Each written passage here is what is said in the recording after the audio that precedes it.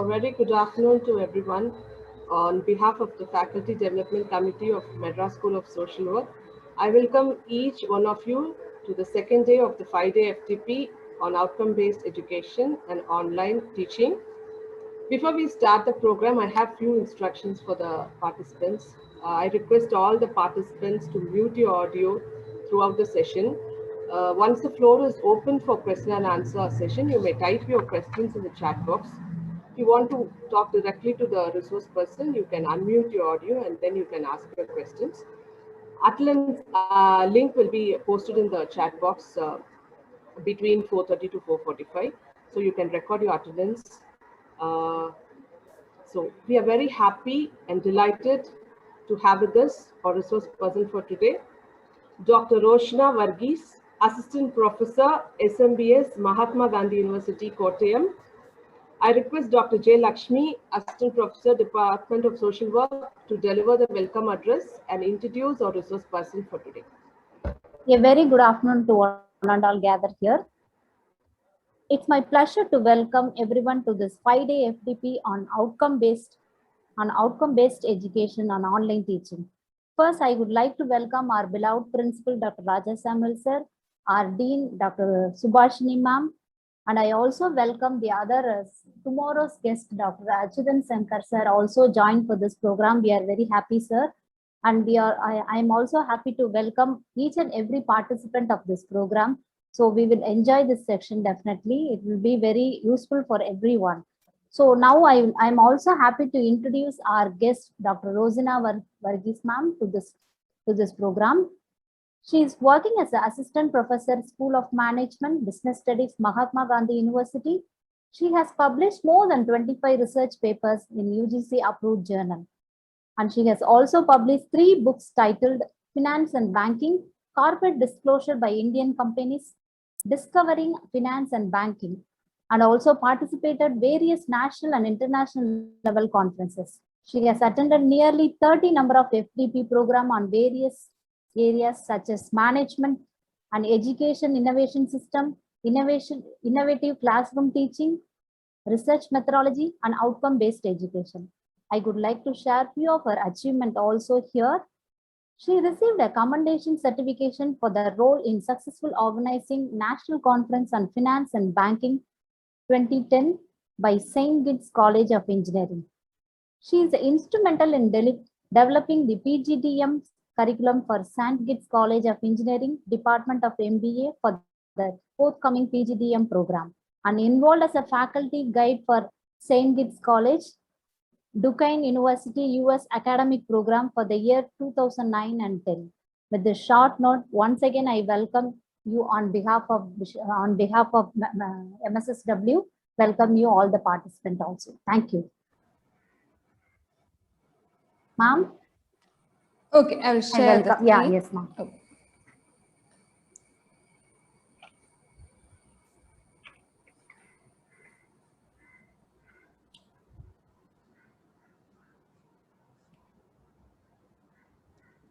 Can you see the screen? Yes, ma'am. Okay. Yes. So thanks for the introduction as well as invite me as a resource person for this session. So respected deans, head of the departments, Achyut Shankar sir, and also other members of faculty of the institution. Good evening, all of you. So before starting the session, let me tell you how I am related with this OBE, outcome-based education. Now I am working at Mahatma Gandhi University. Before that, I was working with Rajagiri, where Injodi sir was our director, nearly for 9 years. Rajagiri go for many international accreditations, like ACBSC, ACBSP, they have already accredited. Now they are doing both AACSP and also EQUIS. And as you all know, in all of the national and international accreditations, one of the mandatory standards is OBE, outcome-based education.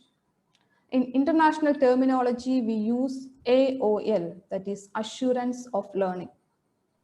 So I was part of many of these international accreditations, and I was actually heading AOL committee, that is OBE committee there for merely maybe 3-4 years. We started this process in Rajagiri in the year 2013. But we did a lot of experimentation over 6 or 7 years. We know when we start, we are not aware of the entire system. So 3 or 4 times we revamped the system based on different accreditation requirements also. So during this process, we worked so hard, or we learned about this, and we actually invited many experts. Based on that, or after all these, we became like experts in OBE. That is why I'm here. So with this note, I'm starting it. And also one more thing, I will be just talking about OBE steps and also the measurement part. But still, I should say that there is no hard and fast rule on how you can implement OBE. There are certain minimum requirements. So if you are implementing those minimum requirements and going ahead with OBE, most of the accreditation agencies will accept your points. So this is the outline of my presentation, just a meaning of OBE, then the steps in OBE, outcome-based education, and also the documentation requirements. So let me start with what is meant by outcomes. As you all know, this outcome means these are broad educational expectations for each program. So when we say program, it can be like if it is MSW, MSW is a program, MA is a program, or MBA is a program. And in other words, what a student should be able to do at the end of the learning. When we say learning, it can be a program, it can be a course, it can be a lecture hour. So broadly, what student, it's focused on the student, what a student should be able to do at the end of a learning. Now, the objectives of OB, we can say to ensure continuous improvement of programs. Most of the accreditations, they insist on continuous improvement. There's like now we change syllabus maybe once in 3 years. But other than that, whatever development activities that we do, maybe continuous communication with stakeholders, all these ensure continuous improvement. So the one objective is, we can say, the MSW program, which is offered in the next year. That is the students who are admitted maybe in 2022, that program, the running of that program should be better than the program that you are currently running. So always for each and every batch, there should be continuous improvement. That is why it's said PG program offered by the department next year should be better than PG program of the current year. And also OBE should be the main driver of curriculum management. When we say curriculum management, content, maybe the structure, how you are arranging the courses and other activities, and also the pedagogy, what teaching methodology that you are adopting, all these should be driven by OBE. We can't end up by stating certain outcomes in syllabus. Everything what we do related to students or related to the teaching, it should be driven by OBE, that is outcome-based education. Now, some of the similar terminologies are assurance of learning, assessment of learning. All these are used by international accreditations. Here in Indian system, we use the term OBE, that is outcome-based education. Can I proceed? Any clarifications or?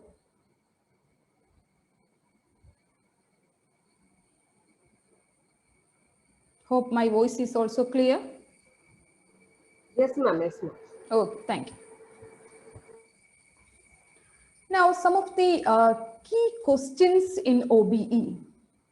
So, as I said, we know there are certain expectations about the programs or whatever activity that we do in our daily life or we do as a part of our job. There are certain expectations.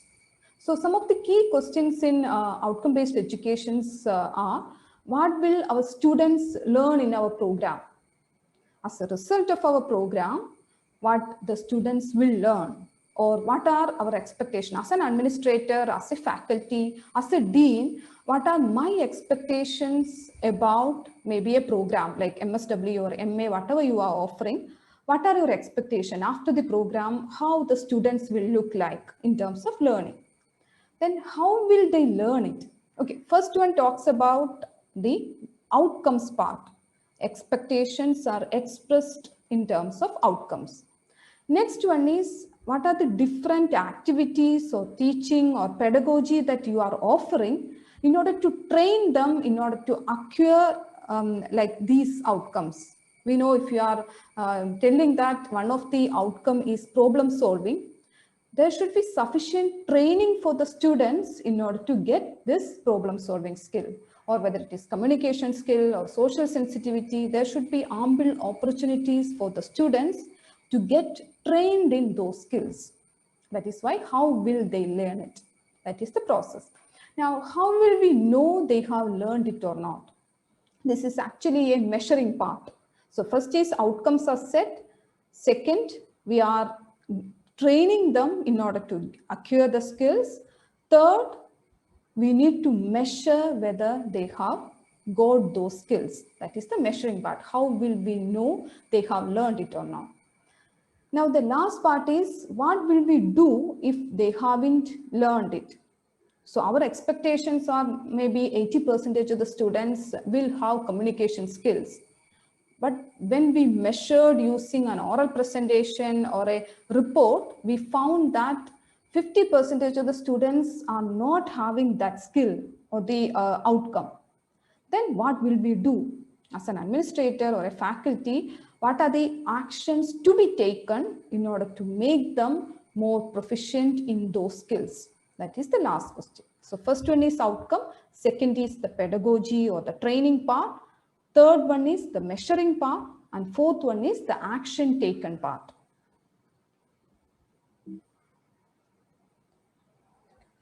Now the OBE process. So these are the steps in OBE process. There are 6 steps. So as you can see, it's a cyclical process. It means it's a continuous process. You can't like stop OBE by just including outcomes in the syllabus. So it's a continuous process for each batch or for each year. All these activities should be continued. So I will be talking about each of these steps. There are 6 steps, but I will be giving more focus on the measuring part as you suggested. Okay, so step 1, I will just read the steps. Step 1 is establish POs and PSOs, that is program outcomes and program specific outcomes. These are the terms used by NAAC. Each accreditation body actually uses different terminology, but here they are using, for NAAC, they are using POs and PSOs. Now, step 2 is alignment of curricula with adopted outcomes. So we used to say curriculum map. Then step 3 is determine benchmarks or criteria for success. Step 4 is identify methods and measures. Step 5 is collect and analyze data. And step 6 is using assessment information for continuous improvement, which is the most important step in a way. So again, the same steps will continue. Hope that I am audible. Yes, ma'am, no issues. Okay. So first I will talk about step 1, which is establish POs. PO stands for program outcomes and PSOs, program specific outcomes. I understand you have already included outcomes in the syllabus, so you will be aware about these terms. So first is establish POs and PSOs. So already I said learning outcome or outcome means these are broad educational expectations. Or we can say, usually learning outcomes state that at the end of a program, maybe a course and instructional unit. Okay, it can be like or program or course or instructional unit, what students should know and able to do. Okay, sometimes you will say the students will be more socially responsible, or students can formulate certain research problem, or they can prepare reports. All these are verb forms. All these are verb forms. That is some kind of action or some kind of knowledge or some kind of doing part. Next is the Bloom's taxonomy, that is the thinking level. So usually I have seen many syllabus where this thinking level is not written, but both these should be there as a part of course outcome. That is what the student should know and able to do, and also how will be the students able to think. In terms of, you can see all these Bloom's taxonomy, like Bloom's taxonomy in the sense, you might have heard about Bloom's taxonomy, I suppose. These are the levels: remember, understand, apply, then analyze, evaluate, and create. Usually remember, understand, apply are considered to be lower levels of learning, and analyze, evaluate, and create are higher levels of learning. So if I tell you one example, like outcome can be written as evaluate various alternatives and arrive at the best possible solution for a given problem. So here this evaluate various alternatives and arriving at the best possible solution is the verb part. Evaluation and like choosing the best is the verb part. Now, if you have written evaluate, that will be the Bloom's taxonomy higher level of learning. That is called evaluate itself in Bloom's taxonomy. So these two things should be there when you are writing a course outcome. Now, usually the program outcomes are driven by the mission of the department. We know for the institution as a whole, there will be a vision and mission. Usually vision means it's a long-term thing. Mission means short-term. So from the institution's mission, each department will have its own mission. So you need to identify the key words in the mission. Based on that, outcomes can be formulated. And another thing is usually we know mission will be formulated based on long sentences and maybe some fashionable words and all. But the good practice is each word in the mission should be measurable. If you say if the students are having good communication skills, or maybe like in terms of some specific words, if you can mention, it becomes measurable. I will just tell you how it can be made measurable. So these are two mission statements. We develop socially responsible and holistic leadership in a supportive learning environment. So here you need to define what is meant by socially responsible, and the social responsibility part should be one of the program outcomes. Holistic leadership, so leadership should also be one of the program outcomes. Then if you say holistic development, you need to define what is meant by holistic development. You can say we are offering holistic development in terms of 1, 2, 3, 4, in terms of maybe problem solving skill, or in terms of integrity, or in terms of other communication skills. Like that, the mission and outcomes should be related. Hope it's clear. Another thing is to develop and enhance business leadership through innovative world-class programs in management. Here also business leadership, what are the skills needed for a good business leader, that should be defined in terms of program outcomes. Innovation can be a program outcome, and how you define world-class program, that is also should be clearly mentioned, or in your strategic plan document or in your mission statement document, everything should be clear. Now, three types of outcomes that we talk about in NAAC are POs, PSOs, and course outcomes. So you might be aware of these. Are you all aware of POs, PSOs, and course outcomes? Yes, ma'am. Okay, so there is no explanation needed. Anyway, other participants, maybe you can say a few things. Okay. Yeah. Okay. So Our MSSW faculty is aware about it. I am not aware about the other participants. So you can just say a few lines about each other. okay. Yes, thank you. So Ma'am, I POs, would like the resource person to explain POs, PSOs little bit, ma'am. Yeah, yes. okay. So program outcomes means these are broad expectations. Usually program outcomes as such will not be measurable. Like you might say one program outcome is our students will have communication skills, or our students possess social sensitivity. So those broad educational expectations are program outcomes.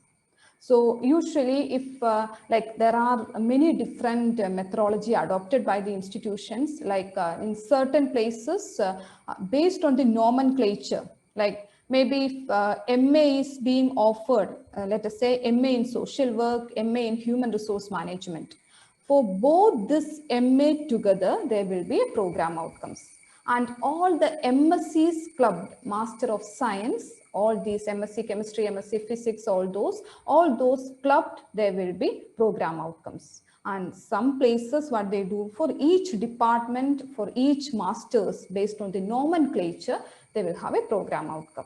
As I said, we can say that there is no hard and fast rule, but still POs means at a broader level and based on the program.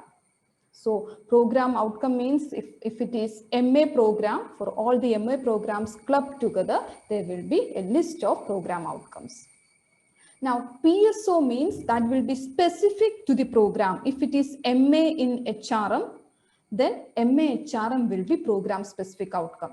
And MA in social work, another set of program specific outcomes. But all these will be derived from program outcome. These PSOs are derived from program outcomes. I will explain it in detail with an example. Then course outcome means subjects. We know now we are not using course for programs. Program means MBA, MSW, all that. Course means subjects, individual subjects within the syllabus for a program.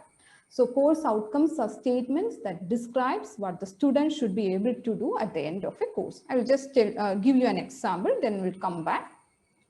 So this is the process. That is, first mission of the department, you need to identify certain key words in the mission.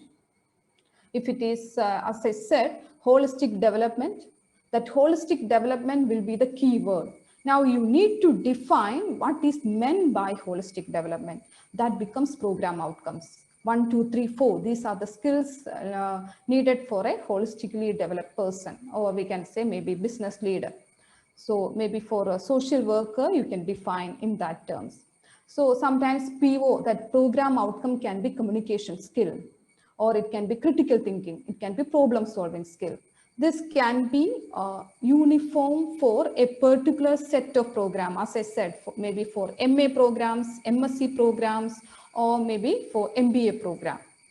Now, from PO, PSOs are derived.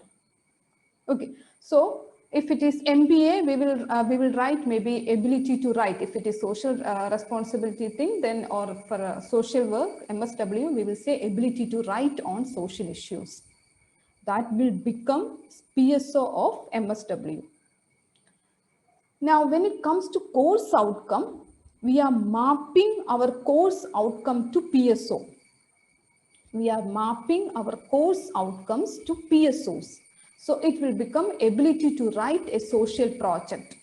So if there is a specific course in the syllabus or curriculum, then the CO will be written in such a way that it is related to PSO, which in turn will be related to program outcome.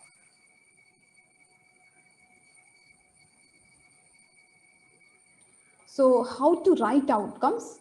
As I said, there will be two things needed. A verb is needed, and also the Bloom's taxonomy level.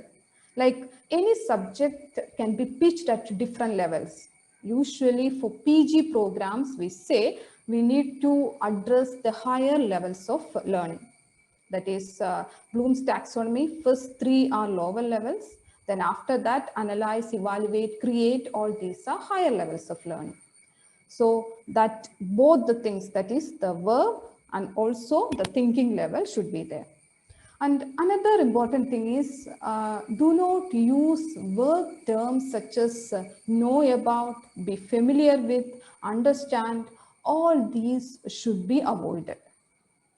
Hope you understood, because if you say just understand, you need to define what is meant by understand. Whether it is defining part, whether explaining part, or maybe identifying. These words should make it more specific. We can't say just be familiar with. What is meant by familiar with, that should be clear in course outcome. And write in short sentences to maintain clarity. Usually in one course outcome, you need to measure only one thing, or one, we can say, no, only like we can't say maybe identifying a problem and also the reporting part together. If it is a single verb and a single activity, that will be better.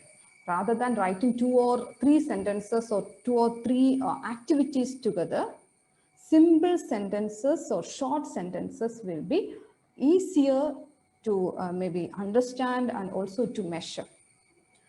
And another thing, you also know course outcomes should be related to PSOs and POs.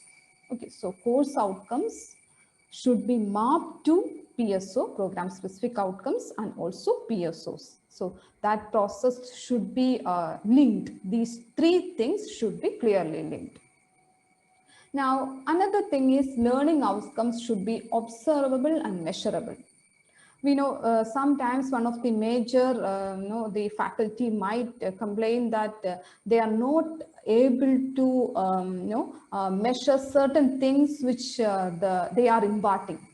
Okay, so this is like including the learning maybe in a box. Okay, so beyond that they can't measure, or hope you understood, like only those which can be quantitatively measured or which can be put in figures is covered in OBE. That is one of the major complaints about this OBE. But still, you know, whether it is happiness or customer satisfaction or whichever human development, all these are measurable in one way or the other. Okay, so you can include any of these outcomes, but provided you have an instrument or you have maybe any activity or any project in order to measure it. Okay, what I said is, like, if you say satisfaction, happiness, all these can't be measured, but there are many research studies which are measuring even happiness and also satisfaction. The same way, whatever you are including as PSOs and course outcome, it should be observable, it should be measurable. So this is just one example of, this is one of the format. As I said, there can be different kinds of format. This is just one of the formats where you can write POs and PSOs. POs, first one is problem solving skills. Under that, we are making it more measurable. Problem solving skill means as such, it is very broad. We are making it more measurable or operationalizing that concept.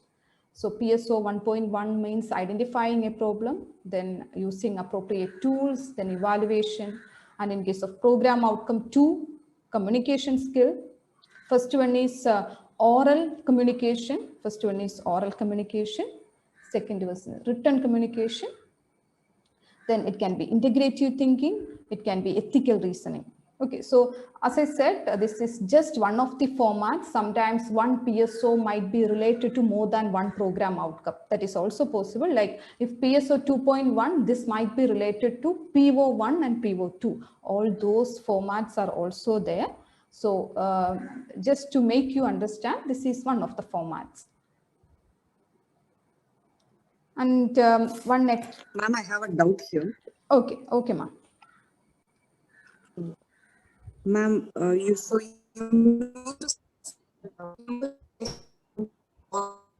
I Mom, didn't kindly post your question in the chat box, Mom, because we are not able to hear you properly. Lot of Your disturbance. voice is breaking. Yes.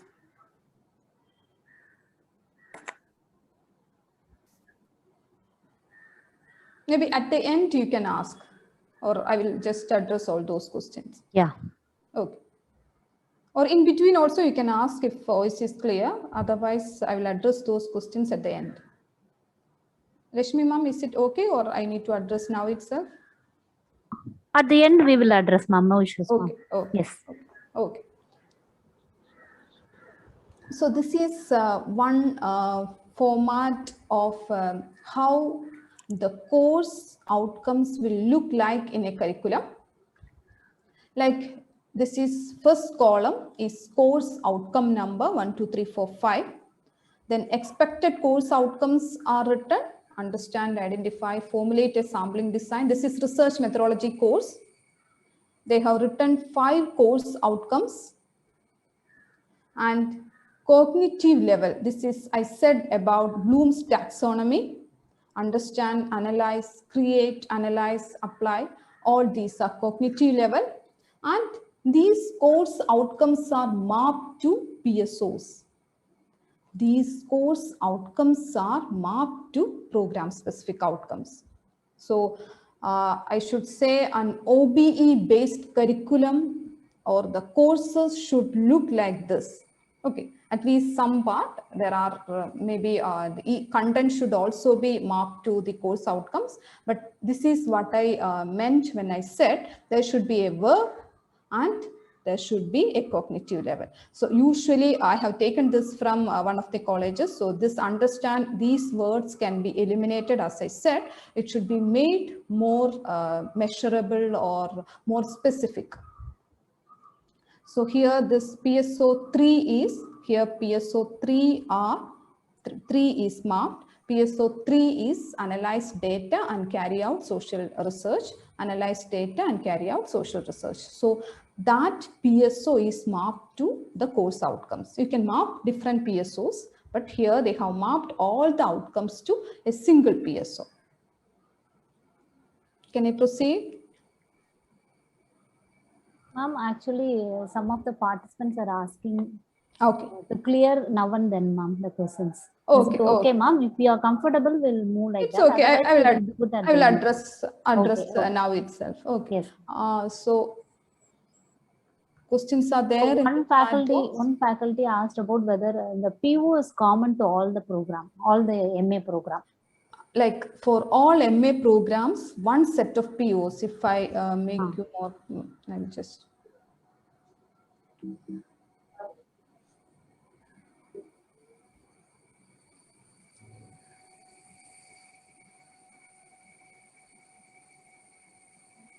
Like how we usually do is for all the MA programs, this PO will be common. If it is MA in HRM, like whatever we state here, that is PSO 2.1, we will say in case of maybe formulating a human resource related policy or maybe oral presentation in terms of human resources. So when we write PSO, that will be specific to that program. If it is human resource, it will be specific to human resource. If it is social work, that will be specific to social work program. Okay, that is how we manage. Okay, Ma'am. Did I answer your question? Yes, Ma'am. Then C stands for creative. This is written. C is create, E is evaluate, and C is create. Any other questions? Nothing, Ma'am. Will carry. So this is Bloom's taxonomy. You might be aware about this taxonomy. That is remember, understand, apply. So these are the lower levels and the higher levels are analyze, evaluate, and create. So there are certain words that we can use. Like if we say remember, We can use the words like you can just find here: define, duplicate, list, memorize, repeat, state. All these words we can use while writing course outcome. Or if you say classify, describe, discuss, explain, that is, instead of stating understand, I said understand is a vague term, so you can avoid that. Instead of saying understand, you need to clearly state describe, discuss, explain. So all these files are easily available in internet. So apply, execute, implement all these. So what my point was, whenever you are writing course outcome, there should be a verb, there should be cognitive level. And when you write the verb, you can decide at which level it is. So if you are pitching your course into create level, that is one of the course outcome is create level, then you need to use certain words which are coming under create. If your course outcome is related to analyze, if you're pitching your learning or teaching at analyze level, then you can use all these words. Okay, so like I will share the PPT also. So these are the common words under each level. Remembering. So you might, some of you might knowing, it is actually revised Bloom's taxonomy. Earlier we use like knowledge, comprehension, application, but the revised one is remembering, understanding, applying, analyzing, evaluating, and creating. So there are certain words which can be used under each one. Hope it's clear. Yes, ma'am.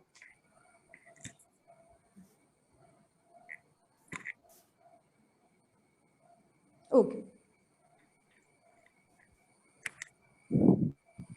Now, second step is, so we already covered established POs and PSOs.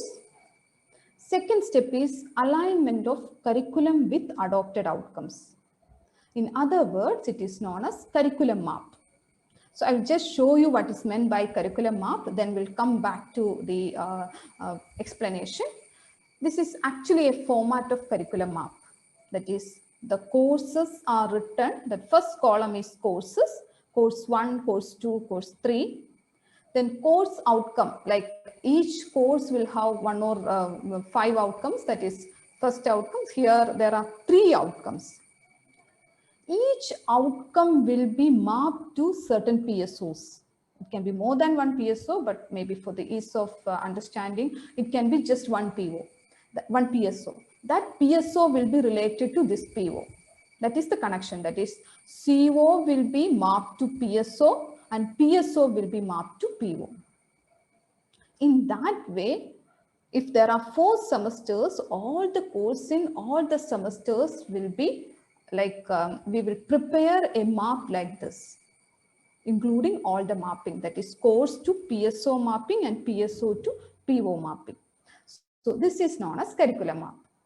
So curriculum map means here we are ensuring that the students will have ample opportunities to attain the expected outcomes. Sometimes there might be questions why there is a need to align the curriculum with the outcomes. It can be extracurricular or co-curricular activities or other development programs. But usually the answer to that is you can. But you can't just ignore curriculum, like while including the outcomes. Curriculum should be the major part, or the most important part is curriculum. After that, you can have your own development programs. Okay, so first you need to align curriculum with outcomes. After that, all the extracurricular activities. So this is the format I discussed. Now, next step is determine benchmarks or criteria for success. Now, step 1 was we need to establish outcomes. Second is course outcomes are clearly mapped to PSOs and POs. Step 3 is determine benchmarks or criteria for success. We know in any examination, there will be a criteria for success. Like you will say the student has to get 50% of the marks. The same way, In outcomes also, there is a criteria for success. How we can say that the student have already achieved it. That is, the benchmark means it is the criteria of success, or earlier we said there are certain questions in OBE.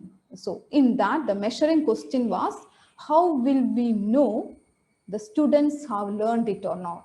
You said you have given all the training to students, but at the end, you need to measure whether they have already got it or whether they have already attained it. That part is actually measuring here. So an acceptable internal performance benchmark is established.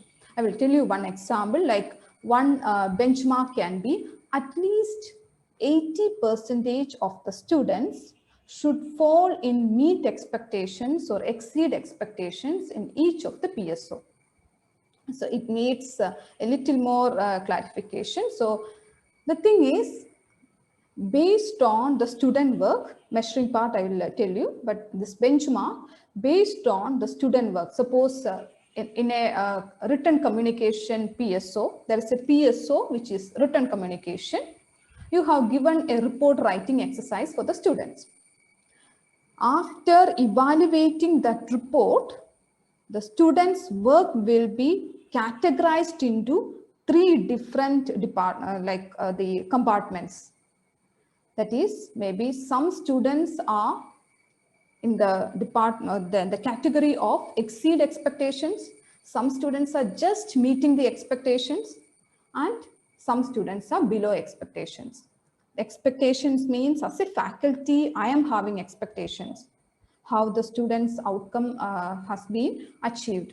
So my benchmark will be at least 80% of the students should fall in, that is, at least meet the expectations or above that. Or in other words, only 20% of the students can be in below expectations category. So this is the benchmark. So this is predetermined benchmark. Predetermined means before starting the process, OBE process, we are stating this benchmark. And this 80% is not mandatory. It depends upon your department or the faculty to ensure that whether it is 80 or 75 or 60, but it should be a reasonable percentage. So this is an example of how student works can be categorized. Suppose a PSO is to analyze a social issue using appropriate models or frameworks. You can have certain explanations for each one. That is what is meant by exceeding expectations. While giving the work itself, the expectations can be defined. That is, identified all possible social issues or some possible social issues. Based on these explanations or descriptions, you will be categorizing the student works. In that, 80% of the students should be either meet expectations or exceed expectations. And in case of written communication, usually we know there will be many criteria. It can be in terms of content, structure. Here also, the students should fall in this category. Hope it's clear. Yes, ma'am. Now, step 4 is identify methods and measures. So step 1 is outcome. Step 2 is curriculum map that we saw. Step 3 is we have already set the benchmark. And step 4 is the measuring part. Step 4 is the measuring part.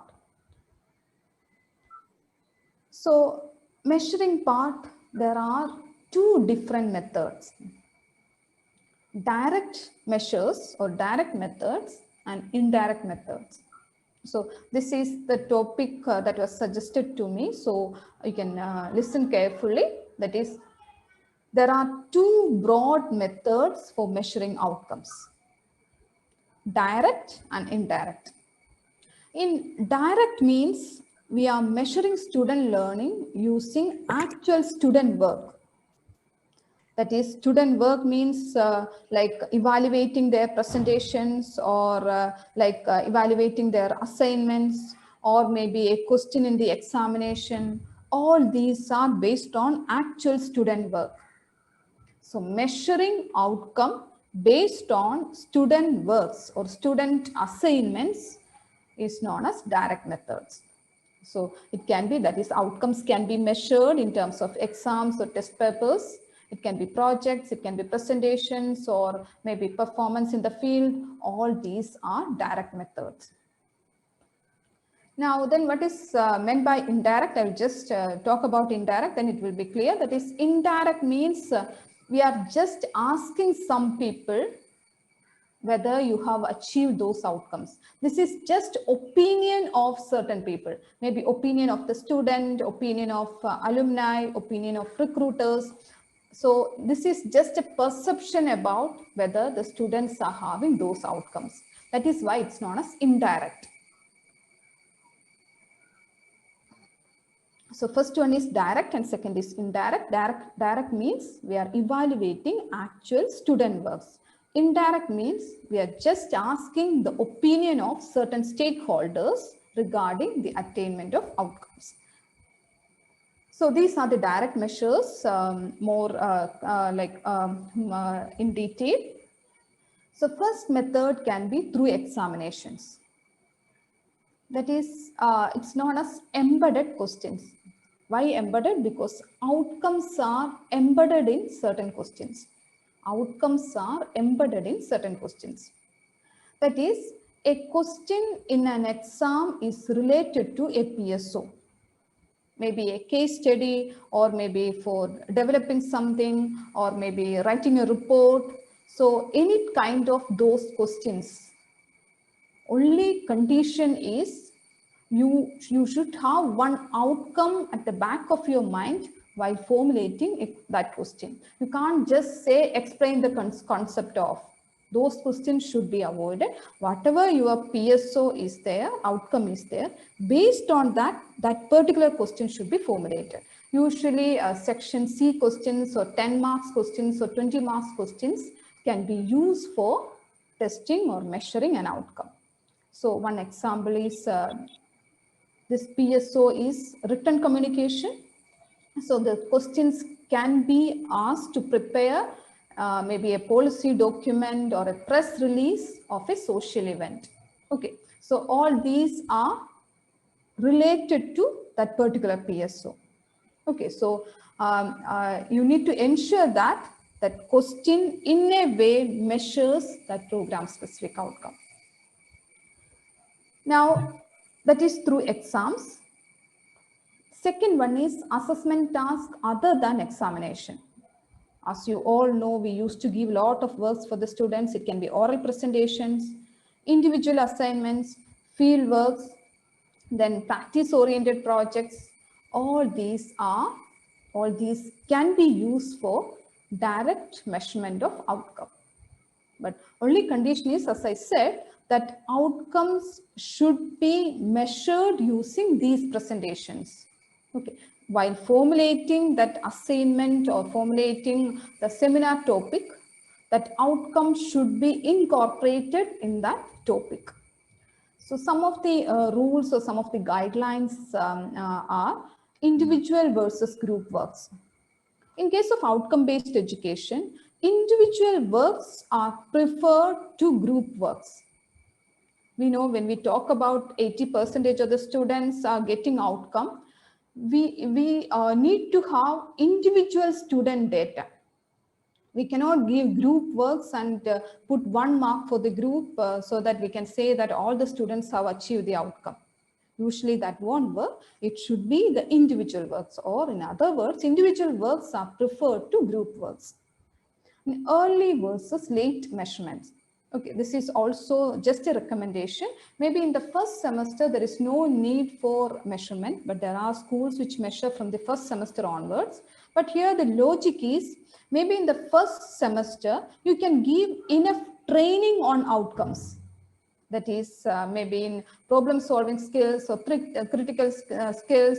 Within 2 or 3 months, they might not have developed these outcomes. And this program specific outcomes or program outcomes are defined as at the end of the program, the student will be able to do these things. Okay, so those are the statements about PSOs. So better we measure this at least from second semester or third semester or fourth semester. Usually in Indian accreditation, they insist that measurement should be there from the first semester. But better method can be at least from second semester, you can measure the outcomes. And another point is core courses versus elective courses. Core courses mean all the students will be there in the class. So core courses are preferred to elective courses. Like elective courses, we know out of 40 students, maybe only 5 students will be there or 6 students will be there. So of course you can map PSOs to those course outcomes. But while taking the measurement, you need to measure from the core courses, not from the elective courses. Hope you understood. That is, for all courses, there should be course outcomes. Whether it is elective or core courses, there should be course outcomes. And course outcomes should be mapped to PSOs also. Pedagogy should also be in line with outcomes.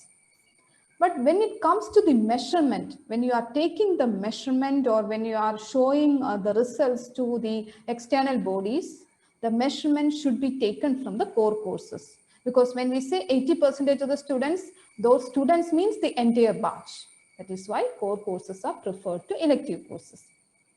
Then controlled assignment in the sense, one method can be, it's not advisable to give the same topic to all the students. Of course, there will be copying. So in order to ensure that there is no copying, either the assignment should be written within the class, or if it is outside the class, there should be some mechanism to ensure that the students are not copying others' works. Can I proceed? Shall we give 5 minutes? If anybody has any doubts, they can clarify. Then we'll move on to the next method. Okay. Yes. Anybody has any doubts so far? Am I audible, ma'am? Yes. Yes, ma'am. Please, ma'am, proceed. So the step 3 is with the planning of teacher and step 4 is to do with children. Is that what you mean, ma'am, exactly? Step 3 is for the program as a whole, the benchmark will be decided. It won't be decided at a course level, program level.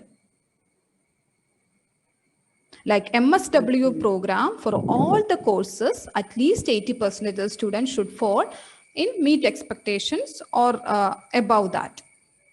At So the program level or program level. Okay. Step 4 is at the course level. Step 4 is at the course level. That is the assignment that you are giving. All these are at the course level. Okay. Okay. Thank you. Okay. Anybody has any doubts? Yes. Yeah, please. Madam, when you were referring to the program outcome, you said that it is MA, then the combined MA program would have a common program outcome. Okay. But then you were also mentioning that there were no hard and fast rules. There may be some colleges, they may have separate, program out like MA social entrepreneurship, MA DM, something like. So can we also follow program outcomes as per this not so hard and fast rules? Like in our Mahatma Gandhi University, what we did is for the PG program as a whole, they have formulated program outcomes. Then each department, like whether it is MSc or MA or whichever program, they can formulate their own PSOs from the list of POs. That is, POs are formulated for any PG of Mahatma Gandhi University. Okay, so that is actually practiced in many places, but the better thing is, I will say, maybe for MSc, there can be program outcomes. For MA, there can be separate program outcomes. But if you club or everything together, like if you say critical thinking, that might be applicable for MA and MSc. If you can formulate such a group of program outcomes, maybe there is no need for program outcomes at the school or department level. Yeah, shall I have the question, madam? Sir? Yeah, I'm Professor Stephen. Okay, sir. My question is, if there are similar kind of MA program in an institution, for example, if you take Madras School of Social Work, there are common program outcome for all the courses. There are specific program related outcome also we have to come out with. So there will be a course that will be optional, so that it will be very clear. Yes, that is program outcome will be same for different MAs. Okay. Like if you say it will be our graduates will be having communication skills, that will be the program outcome. For all the courses, for all the programs. For all the MA programs. Yeah. Now for MA HRM, you need to write PSO, which is suitable for human resource management. If there is another MA, you need to write PSO, which is suitable for that program specialization, or whatever nomenclature that you are like you are offering, that should be suitable for that particular specialization. Okay. Clear, sir?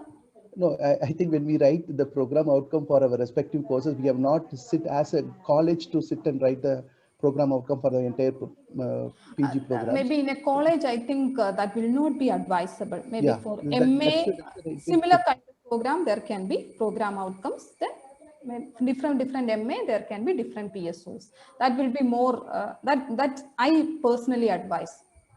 Thank you. Thank you.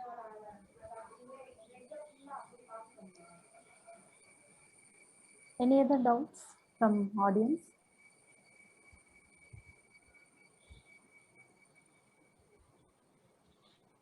Yes, ma'am, we will move on to the next slide. Okay. Thank you. Some program outcome won't be same. For example, MA Social Work and MA Development Management or MA HRM, all the program has its own objectives and strategies and techniques. In that case, how come we can drive the common program outcome for this paper, this program, ma'am? I have a doubt in this. Okay. It's like this, like the program outcome will be just broad statements. As I said, it can be just problem solving skills. Okay, I am not aware of whichever MA program you have, but for all the 3 or 4 MAs that you have mentioned, it can be just critical thinking. Okay, our students will have critical thinking skills, or our students will have communication skills. But when you write PSOs for a particular MA in human resource management, that PSO statements will be related to human resources, or the critical thinking PSO, that is whatever you write under critical thinking, that will be related to human resource. If it is another MA, that will be related to that particular MA program. That is, POs should be broad statements. It is not at all related to the specialization part. As I said, it can be critical thinking, it can be problem solving skill, social sensitivity. All these are very broad statements which can be applicable for whether it is science or whether it is management. Any course can take all these program outcomes. When you state PSOs, it should be specific to the program.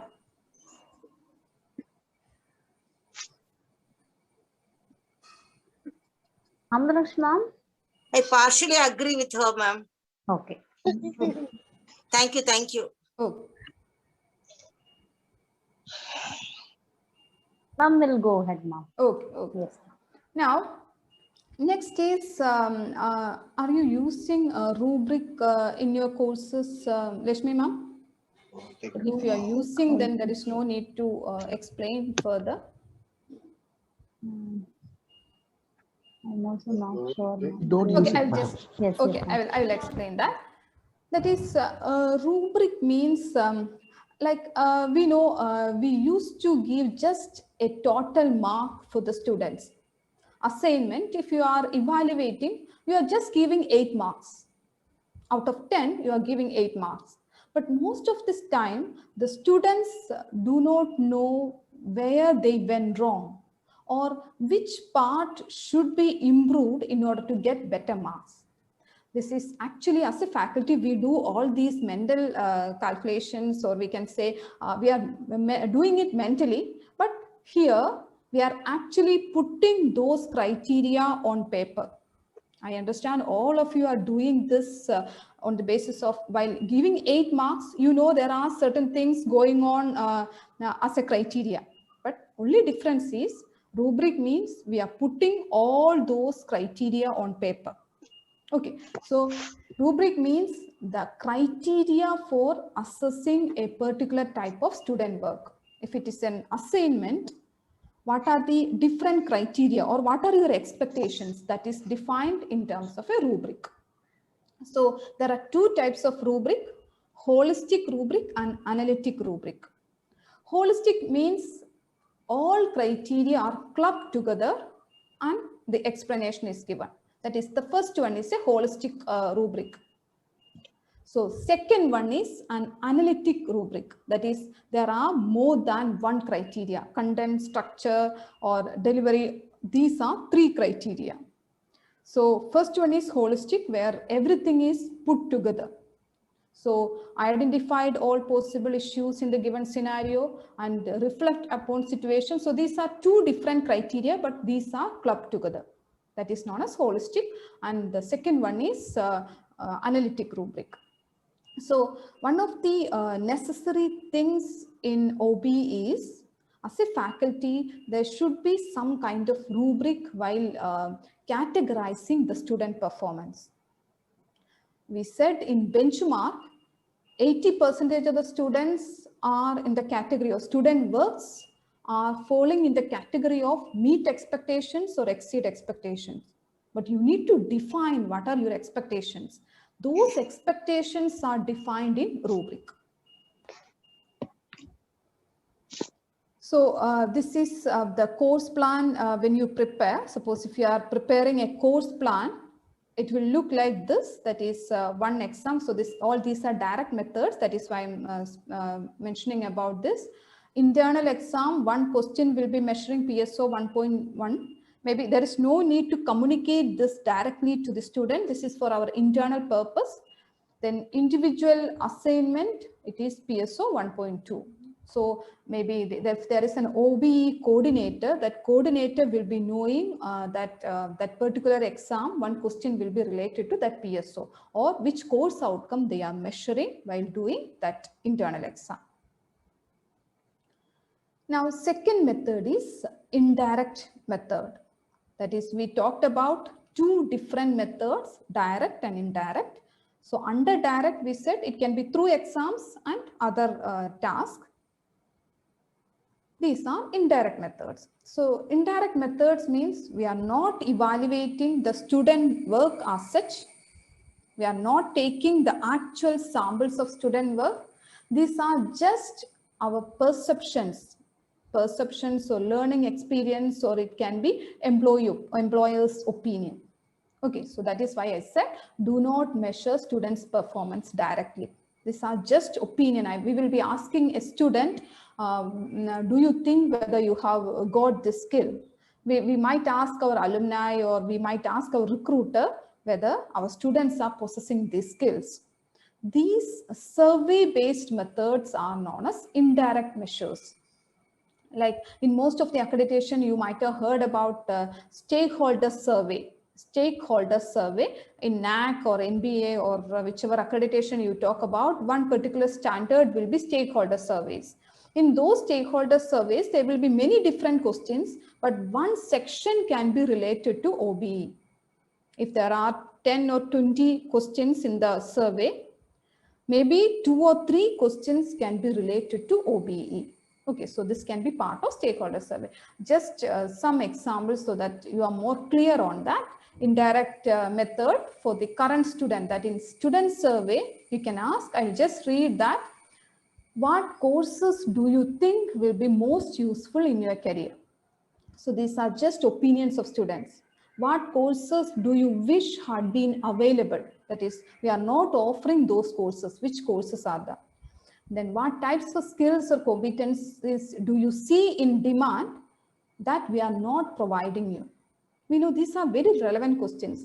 I'm not telling that you should take opinions of only the students, but we are asking students, alumni, and also the recruiters. Based on all these opinions, after summarizing it, we are changing our syllabus, or we should change our syllabus based on these requirements. That is, we can say, the beautiful part of OBE. For alumni also, we are asking the same kind of question. What courses do you wish you had taken? What skills or competencies do you need in your current position? So we will know about the current trends.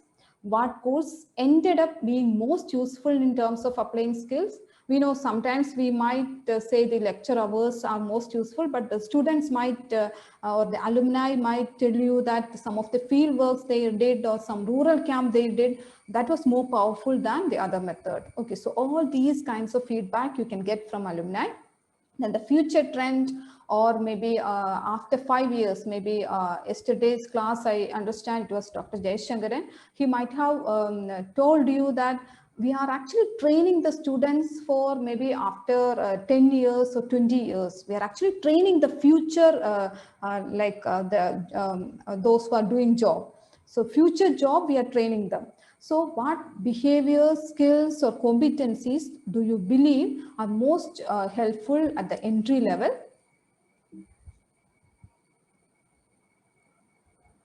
Just 1 minute, I will just, okay. So this is what I talk about. That is, what do you anticipate will be the skills needed by the people who graduate in 5 to 10 years? Okay, so we are actually training them for the future. Then what are the, why some of the competitors, like for any school, there will be certain competitors, why competitors are doing better than us? We are asking recruiters. Then qualities in our students that they value, or what skills or competencies would make our students more competitive. So you might have got an idea how questions can be asked to different stakeholders in order to get or in order to change our curriculum so that it will be current and relevant. Okay, so these are indirect surveys. Hope you understood. These are indirect methods, and I just gave you some examples of the questions that can be asked in stakeholder surveys. Can I proceed? Yes, madam. Yes, Yes, ma'am. Yes, ma'am. Okay. Now, step Ma'am. 5 is collect and This is analyze. Francis. Ma'am, this is Francis. Sir. Ma'am, actually in this indirect method, you have told that we can collect feedback from the stakeholders, alumni, and other experts. Is it possible to include all the suggestions in our syllabus? No, sir. Usually when we did in Dajagiri, like our understanding was the students are very good in written communication. But when we asked our alumni, when we asked our recruiters, we found that the written communication part, we need to give more training. So it is based on all the stakeholders' information, not from just the students or not from just the alumni. Usually you will get very valuable opinion from alumni and from recruiters. Okay, so those opinions you can seriously can be taken into consideration.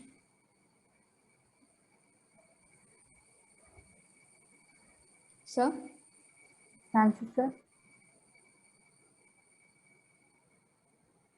Yes, ma'am, understood.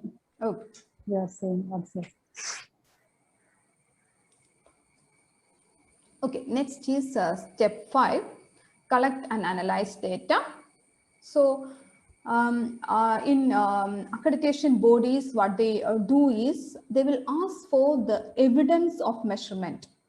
So we need to collect the data and also analyze it. So 2 types of collection and analysis is needed, that is course-wise and program level. Course-wise means the individual subject. So you are summarizing in terms of rubric. So rubric sheet should be there. For each student, we are putting the works in different categories like meet expectations or exceed expectations. That Excel sheet should be there. If you are formulating Excel sheet, that should be there. And a summary format. Summary format means this one, the first one. That is how many percentage of students are below expectation, how many percentage meet expectation and exceed expectation. And second is at the program level. One is at the course level and second is at the program level. The program level, we are just listing all the different PSOs. So PSO 1.1, which are the courses which address 0.1 or 1.1, or which are the course we have taken for measurement. Sometimes we know some 10 courses will be marked to PSO 1.1. But we need not measure all the 10 courses. We can go for maybe 3 or 4 courses. Okay, you can actually find out if you are able to measure all the 10 courses, it's fine. But usually in order to reduce workload, what we do is, out of the 10 courses, at the beginning of the semester itself, we will decide, okay, this year we will take measurement of these 3 courses, these 3 outcomes of these 3 courses. And we will find out whether the students have achieved these PSOs. And at the program level, it will be summarized. So next important step is using the assessment. That is the last step. Documentation is not actually a step. This is just a part of accreditation requirements. Using the assessment information for continuous improvement. That is the most important part. And usually this is known as closing the loop, or like we used to say, action taken part. So as I said, there is the last question, that is, what will we do if the students are not getting those outcomes? That is, we set outcomes in the first step. Second is we train them. Third, we measured. And while measuring, we found that most of the students are not good in certain outcomes. What will we do? That process is known as closing the loop. So the changes can be done in program architecture, the design of the course, or design of the entire program, or it can be the delivery of the course. I will just like these two, the connection between step 5 and step 6 is known as closing the loop. The connection between step 5 and step 6 is closing the loop. So all these can be done. That is, assessment results of PSOs are below expectations. That is, we expected 80% students will fall in that category, but only 60% met our expectations. So what we can do is directing the faculty, whoever is dealing with that particular PSO, we can direct those faculty to spend more time on the specific PSO. Let me tell you, it is not a crucifying kind of mechanism. We are just giving direction to all the faculty, whichever course is marked to that particular PSO, all those faculty, we will direct that you need to spend more time on, if it is critical thinking or communication skill, all the faculty has to spend time. Then changes in the assessment instrument. In certain cases, we know like assignment cannot be a method for that particular thing. Better method can be project, or better method can be fieldwork. So we can change the methodology, or we can change the assessment or measuring instrument. Changes in the pedagogy, maybe some of the student-centric methodologies can be adopted.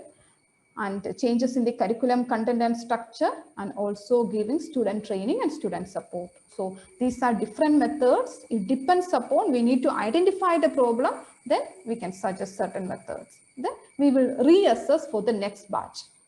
We will reassess for the next batch, and we need to prove that our actions taken were effective. Now in OB and curriculum change, so as I said, there can be certain very good questions in our stakeholder survey.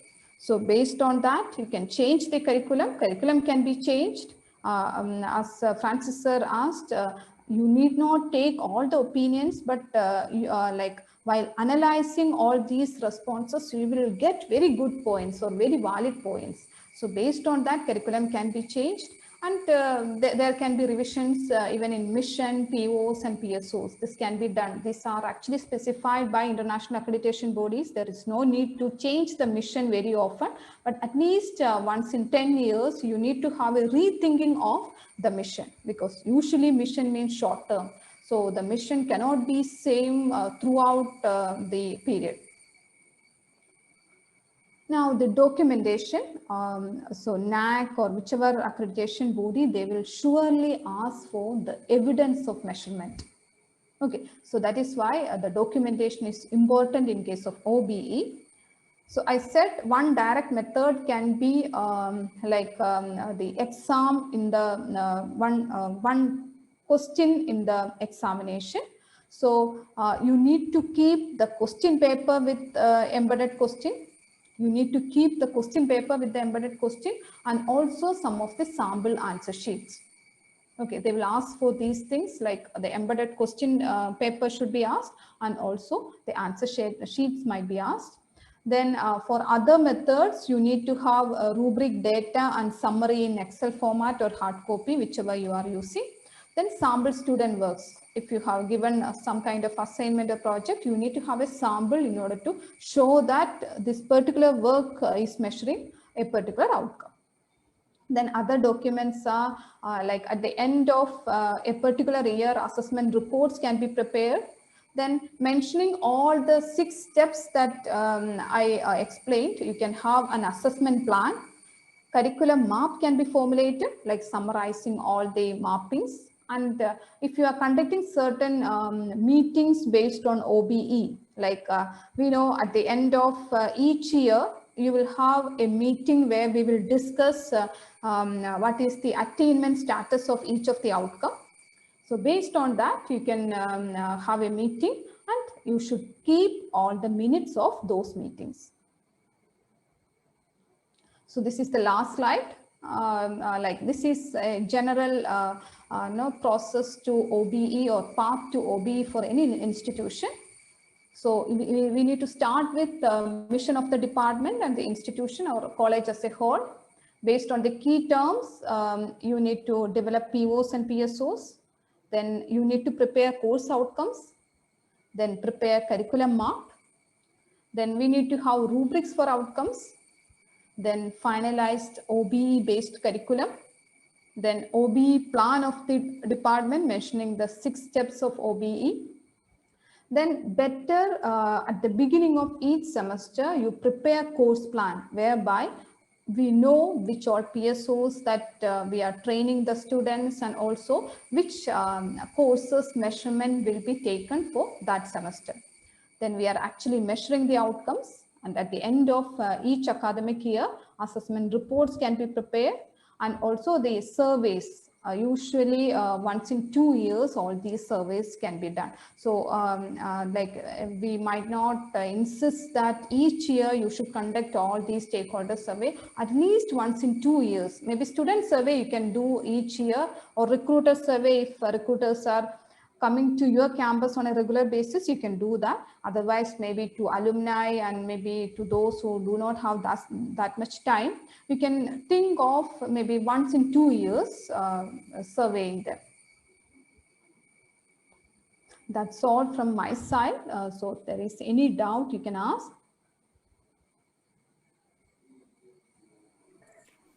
Ma'am, Thank you, ma'am.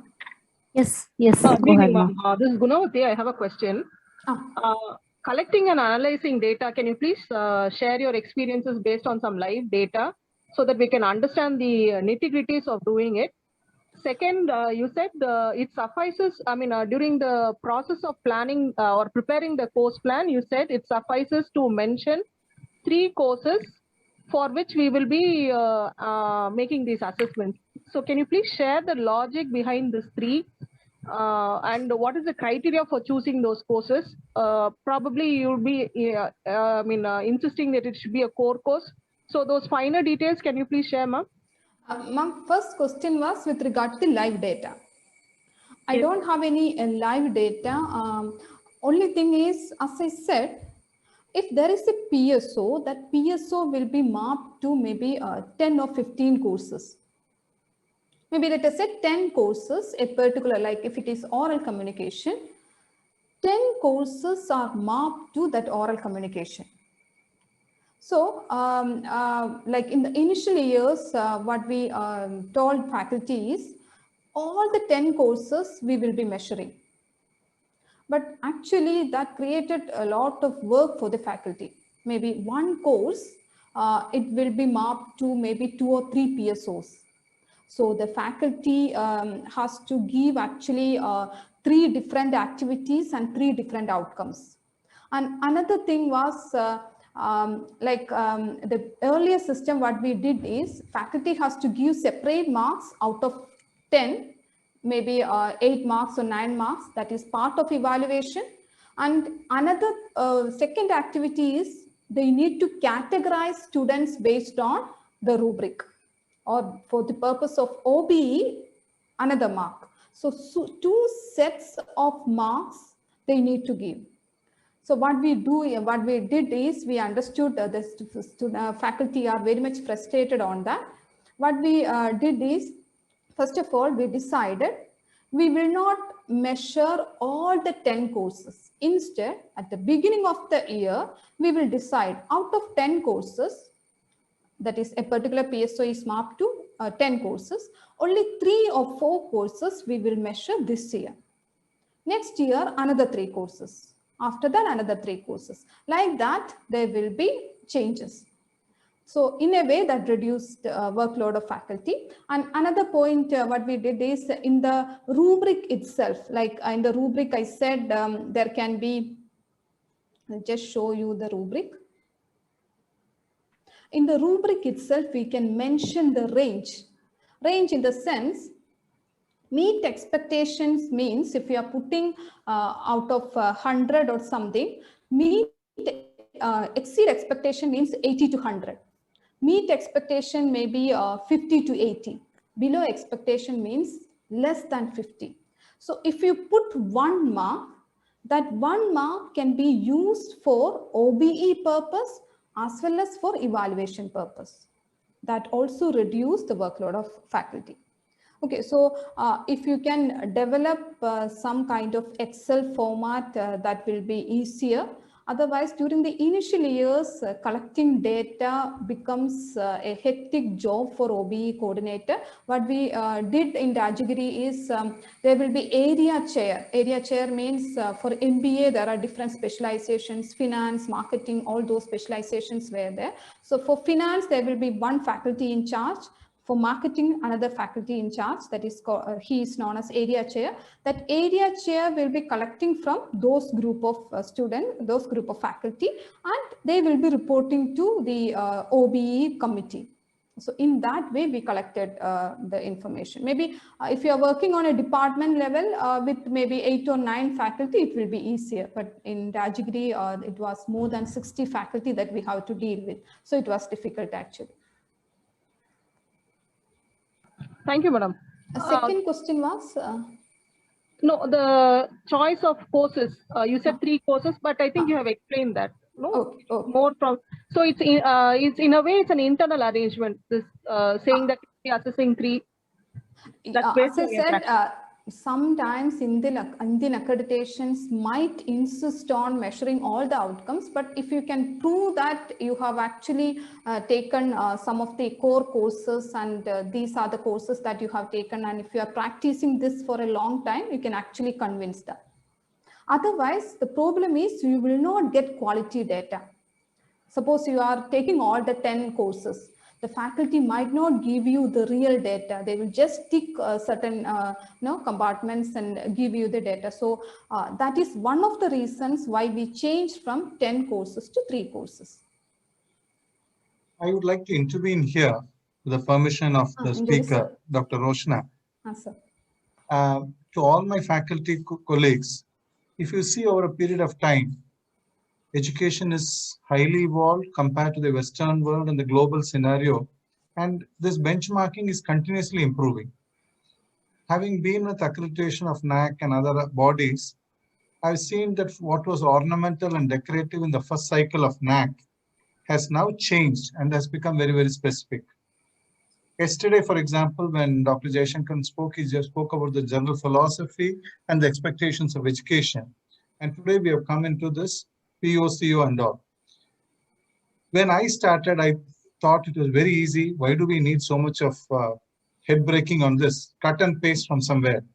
But then as you go into the nuances, you'll find it very, very difficult. But at the same time, once you learn, you have mastery over it, you'll find that your quality also drastically improves.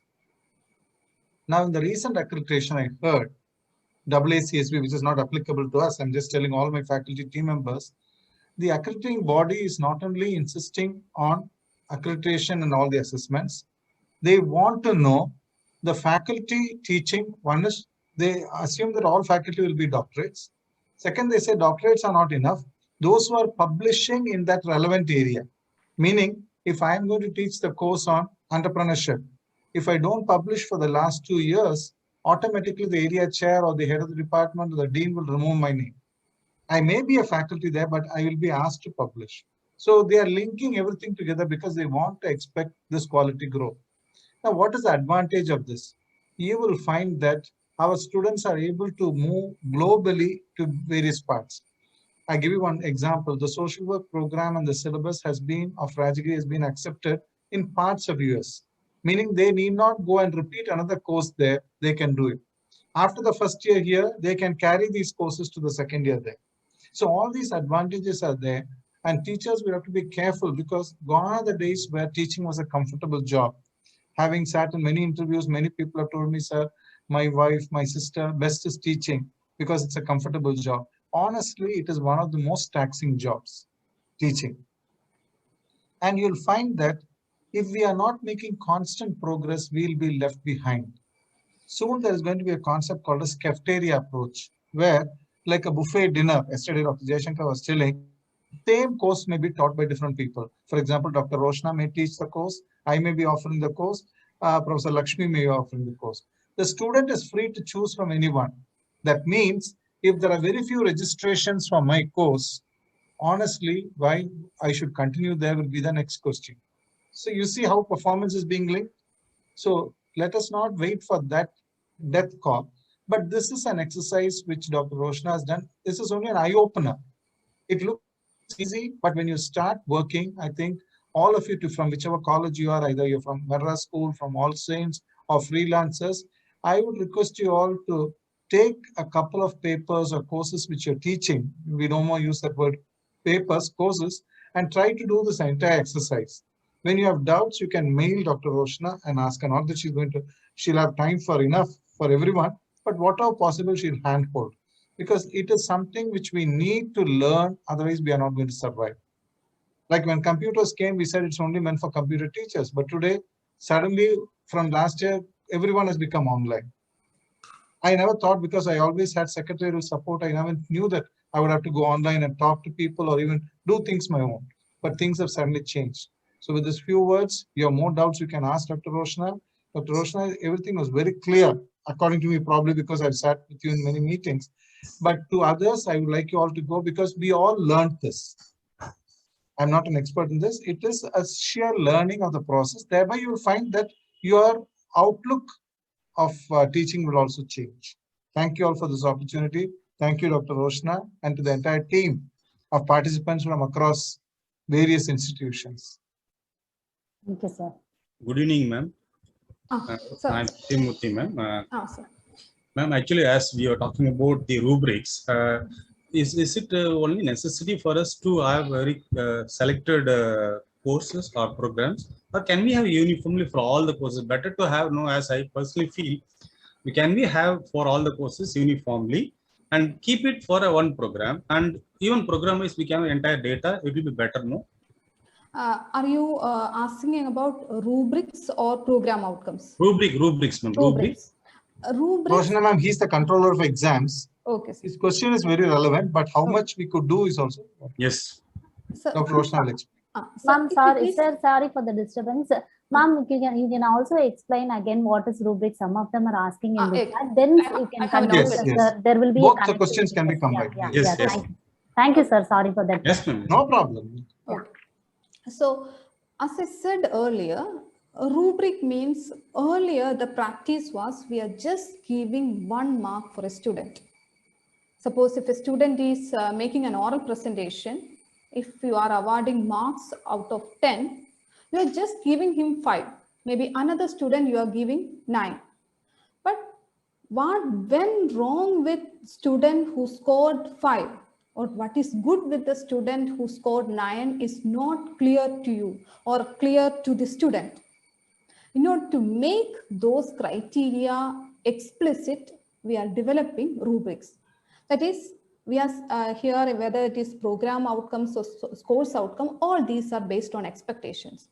You are just defining your expectations, whether it is about student presentation or a project or assignment, whatever you are giving for the student, you are just defining your expectations.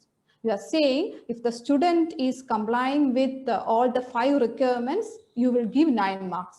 If the student has met maybe 3 or 4 criteria, you will give him 6 marks. That is written on the paper. Only thing is, earlier we used to have all these in our mind. It was not explicit, but now you are writing everything or you are making it very much explicit. That kind of document or that kind of criteria based explanation is known as rubric. Now, when Satyamurthy sir asked about whether it can be for overall program, so there can be different kinds of rubrics. The rubric can be outcome based rubric or tool based rubric.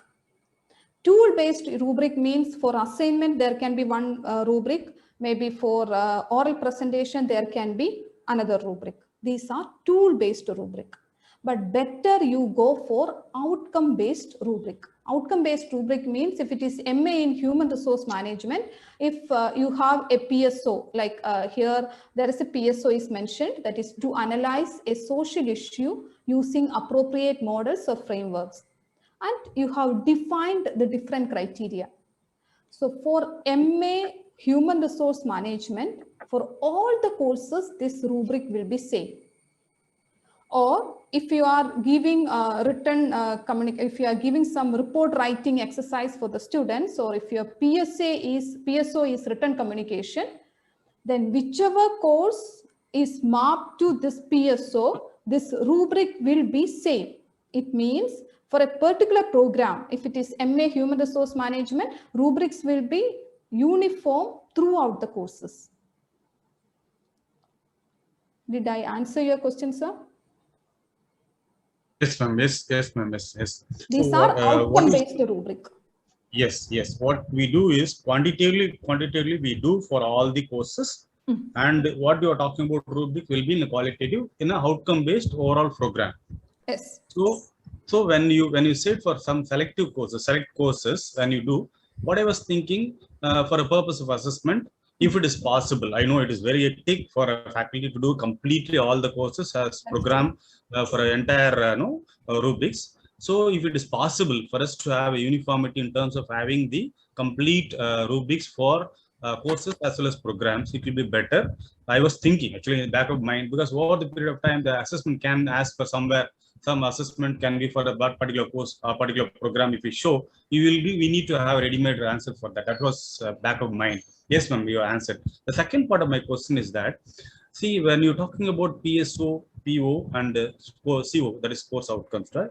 In the overall entire process of OBE, and we do have, UGC says every 6 months, once in 6 months, we need to do board of studies, and we need to do some kind of syllabus revamping. Is it possible for us to do this every 6 months, or as you said somewhere about mission statement can be changed once in 5 years in your presentation you're talking about? How to go about it as an academic fraternity? I was thinking in the back of mind. UGC says every 6 months you need to conduct board of studies, and there is some kind of thought process which is going in my mind, and can we incorporate within 6 months all this PSO, POs based on the feedback of the alumni or any stakeholders? Is it possible for us to integrate? That was my mind, back of my mind. How to go about it? Sir, the thing is, PO, PSO, it will be same at least for 1 or 2 years. Okay, so we are not asking the alumni or students or maybe the recruiters every now and then. Surveys can be conducted once in 2 years. Because if you have long questions and asking to alumni, they might not respond. So what we do is once in 2 years, all the surveys will be conducted. And with regard to this POs and PSOs, this POs and PSOs, we will run for 1 year. Okay. So when it comes to collection of data will be done at the end of each semester. Otherwise, you will not get the data. Yes. Yes. So collection of data should happen at the end of each semester. Then the action taken part, that is, you are analyzing whether a particular PSO is not being attained by the students. That will be done at the end of each year, each academic year. Yes. Yes. And after doing direct methods and indirect surveys, maybe once in 2 years, you can think of revamping the curriculum based on this OBE. But other things like sometimes some words in PSO might not be clear, and after formulating it, we found that it is not that much appropriate. Those changes can be done maybe on an yearly basis. Yes. Okay. All these, it depends upon how quality data you will get. If you give more and more work to faculty, sometimes they will not give quality data. So there can be a midway where OBE purpose can be done, and also the faculty will not be feeling that much workload. Yes, ma'am. Yes. This is only the practical advice, but when it comes to the accreditations, especially Indian accreditation, they might ask the evidence for each course outcome is being measured. Yes. Yes. Yes. But you can give or you can actually give the justification in terms of getting quality data. That is why you are following this methodology that you can explain. Satyamurthy sir, what you asked was the correct thing. All the courses should have. Yes. But Dr. Roshna very beautifully said what is realistically possible. Yes. That's all. So that's a midpoint there. We need to be realistic as no, it is not possible for us to do every 6 months once. And as ma'am said, yes, sir, we have to get data and collect data and keep it. And if it is possible, we can do once in a year based on the action taken report. And we can do this in the board of studies. As ma'am says, there are sometimes we have 1 or 2 minor corrections we do in a board of studies. Every 6 months, we make 1 or 2 corrections. Not necessarily complete revamping will happen. It can be happening once in 2 years. Yes. Yes, yes, ma'am. You're right, ma'am. You're right. That's what we are doing, but we have to document in terms of rubrics and we have to document in terms of OBE as we are doing. Yes, thank you. Whatever period that you are following for curriculum revision, maybe you are doing once in 3 years. There you can maybe include more courses, or the content can be changed. All those purely curriculum related things can be done at the time of syllabus revision. Yes. It need not be changed at the time, like each year you are getting a data based on that new courses. That is not necessary. Whenever you are doing syllabus revision, you should take or you should consider the input from different stakeholders. That's the only point. Thank you. Thank you, ma'am. Okay, in the ma'am, this is Francis. Yeah, okay, sir. Sir. No, sir, you can ask.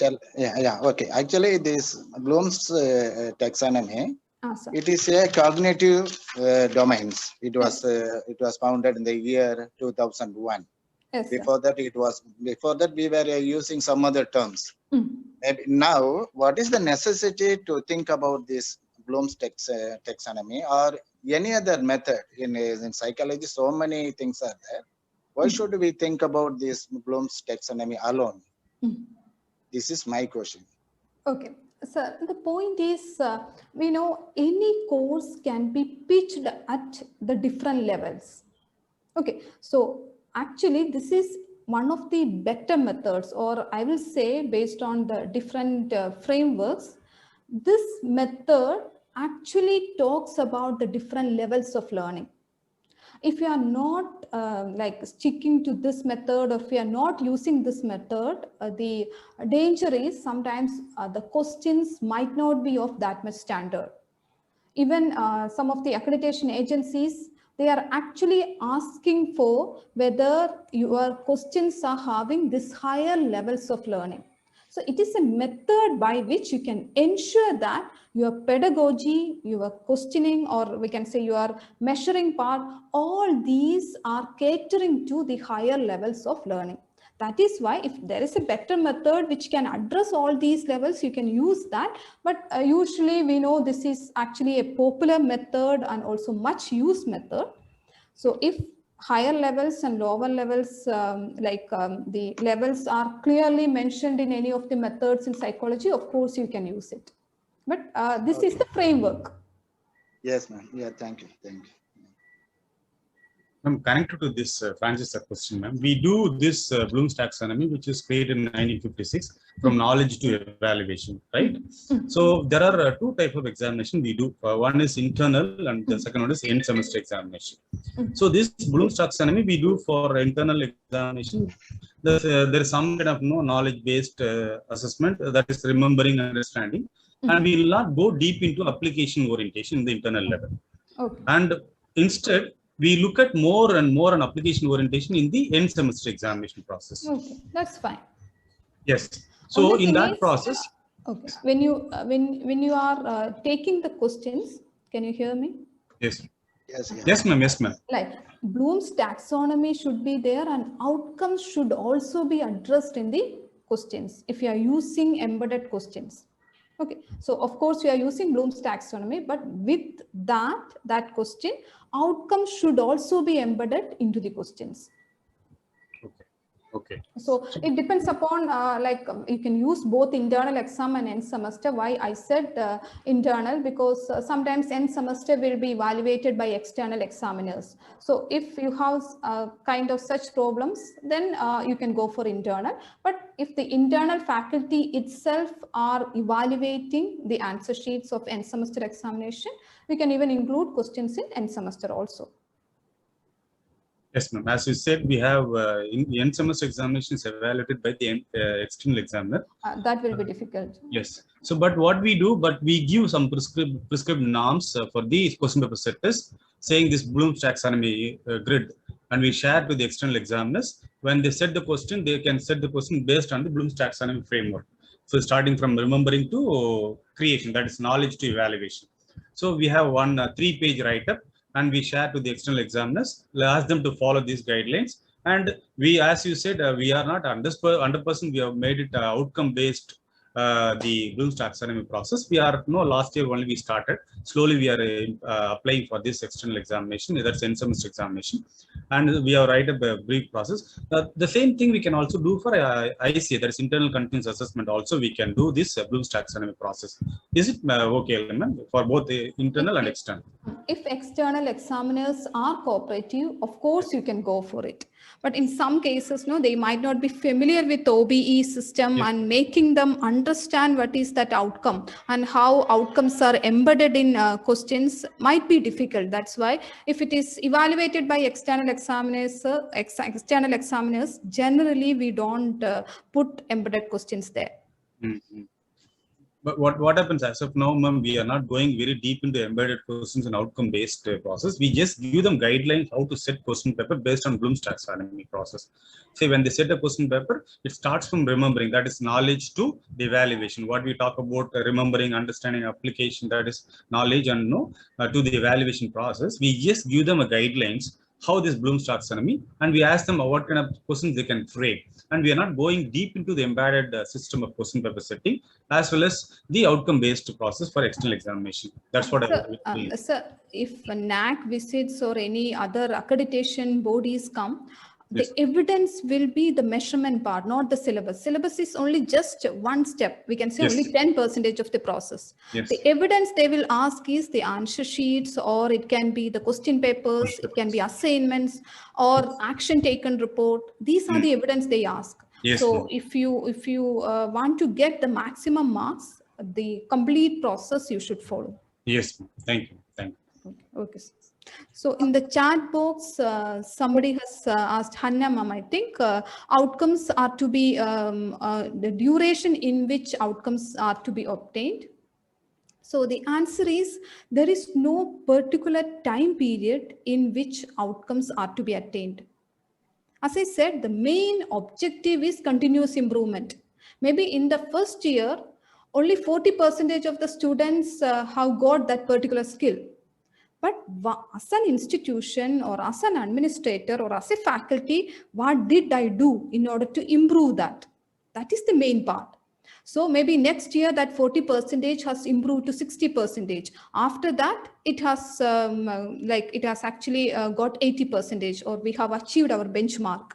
So there is no minimum or maximum duration for attainment of benchmark. Only condition is there should be continuous improvement. If you see, or when you analyze the data, if you found that the students are not up to the mark or their performance are not up to the mark, you should do something. Some action should be taken based on the OBE results. That is the only the condition needed. Okay, so there is no minimum and maximum period. And another ma'am, Hannah ma'am, any yeah, other yes ma'am, thank you question? so much. Yeah. Okay, then Agnes ma'am, she has asked whether all courses have attained PO and PSOs. As I said, it's not mandatory that like benchmarks has been obtained in all the courses or all the years. The main point is continuous improvement. If we found that we are below our expectation, or students' works are below expectations, we need to continuously improve it, or some actions are to be taken. That's the only thing. Any other doubt? Yeah, I have one more question, madam. See, normally we test all the students based on what they have written in exams, and all the exams way we assess all those things. Yes, Can sir. we introduce some of the methods like a case presentation, and ask the students to present to the faculty one-to-one about their understanding of the subject and understanding the course and understanding the knowledge aspect? Can we include those components also while we are assessing the students in the Bloom's taxonomy format, madam? Sir, only thing is it is based on the statement of PSO or what you have written as a part of course outcome. If it is oral presentation, it should be oral presentation. If you are saying maybe a social project or making the students socially responsible, what activity that you are giving will be matching with the PSO. The PSO statement and the activity, there should be a perfect matching. If it is a report, that should be report. If it is to create something, it can be creating a poster, creating an advertisement, or maybe creating something unique. All these, it is based on the statement of PSO. Okay, so first you decide which are your program outcomes and PSOs. Then course outcomes are also should be clearly written. Based on this mapping, that is CO PSO mapping, you decide which all activities are suitable, whether it is assignment or presentation or project or some rural camp that you are doing. All these are based on this PSO statement. There is no hard and fast rule. So there is absolute freedom for the faculty. Only thing is you need to justify maybe your department head or your dean why you are giving this particular activity in order to measure this outcome, or why this course outcome has been mapped to a particular PSO. It's not a monitoring or controlling thing, but there should be some justification for this mapping. Hope you understood. And Anthony sir, it is not suddenly from the blue. It is all planned ahead of time. And that should be acceptable and owned by the department. In the sense, others should also concur with it. It cannot be that my own desire, I did something. That part will not be. Any creative method can be adopted. Ma'am, I'm Dominic here. Sir. This social work course and human resource management course, they're all basically professional courses. Okay. And obviously, they're all outcome based. Yes, For sir. example, a social work student, they should be knowing about a casework, and they should be able to do casework, group work, and community organization. And a HR student, they should be able to do recruitment, training, or compensation, performance management, and all that. It's basically outcome-based programs. And I think only what is more important here, I feel, is the documentation work. How do you put the correct words and align the whole document? So that's what I understand maybe. Yes, sir. Actually, we are doing all these implicitly, but all these accreditation bodies, they are asking us to make it more explicit so that all stakeholders are clear on it, or as a faculty, I am clear on it, or there can be continuous improvement based on the outcomes. Okay, so as you rightly said, we are doing all these, but we are making it explicit in the form of certain documents. Okay, thank you. Respected resource person, this is Gajendran. Shall I ask a question? Sir. Yeah. As you have clearly mentioned earlier that the teachers can measure through examinations. If internal examiner is evaluating the paper, so then it will be useful to measure the outcomes of them, right? So here in our college, we are also, the question paper setting is also a problem. We do, in our college, that question paper is set by external examiners. So do you think that setting up of question paper by internal examiners will be helpful in implementing or measuring the outcome-based education? This is my Even question. for internal examination, it is set by external paper? No. End semester examination. End semester, that is why maybe in most of the cases, maybe in my university and also in Rajagiri, the external examination is evaluated by external paper. That is why better to go for the internal examination. That is, you can include embedded questions in internal question papers. Okay. If you are following you're suggesting us to include all these measurements in internal components, that is 50% of the 100%. Yes, okay. Like if the end semester examination as an institution, if you can take some decision, you can go ahead with that. But if it is not flexible, that is in the end semester due to some reasons, if it should be set by external people, we can't do anything about that. So we can think of other methods, that is internal examination, assignments, projects, and such methods can be adopted. Thank you very much. One more question from chat box, ma'am. Dr. Anand Gerald, sir. As technical subject, do we have standard graduate attributes for social work frame, PO, POSO, or COS, ma'am? That is, you might have heard about Washington Accord. For engineering subjects and all, they are taking this graduate attributes from that Washington Accord, a list of graduate attributes. Like those list of graduate attributes is commonly known, like maybe communication skill is there, critical thinking is there. So you can just search for Washington Accord. So you can get a list of graduate attributes. So you can actually make those list as a reference point. Based on that, for the technical subjects, you can frame PSOs.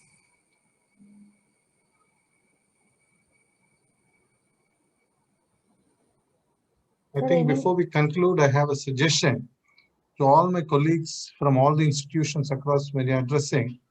Among the courses you teach, identify a core course which you're comfortable. Try to apply this. It's not just statements, work on it, and then be in touch with Roshna ma'am. You do 90% of the work, and then she'll handhold you and tell you what is wrong and how you should go about it. Then you'll become, because all of us may not have the same skill and same talents. Maybe if we have few trainers, then the others can get benefited. But I would like all of you to do this exercise. It's not a compulsion, but this is how you learn. Otherwise, it will all evaporate soon. Okay, anyone else asking questions? No, sir. Then Evangeline ma'am will conclude. Lakshmi ma'am, this may be the last question. Yes, sir.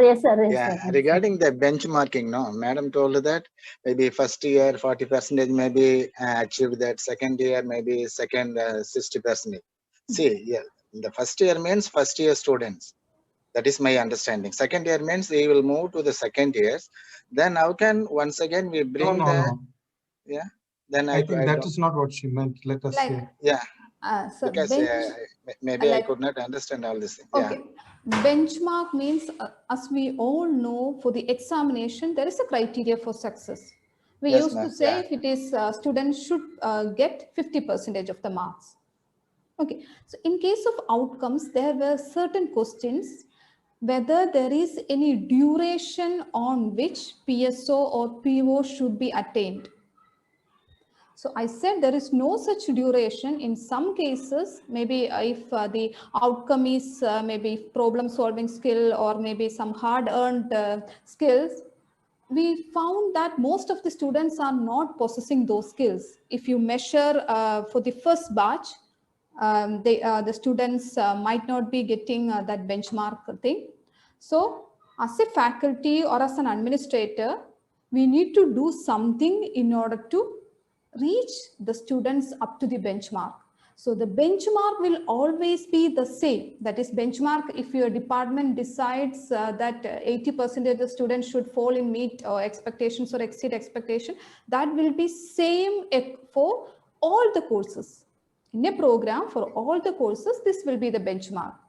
But what I said is there is no duration within which we need to get the benchmark or we need to achieve the benchmark. It can be even 3 years, like as a faculty, maybe teaching a certain subject, I failed maybe in 2 or 3 times, or a certain PSO was not attained by the students, maybe in 2 or 3 batches.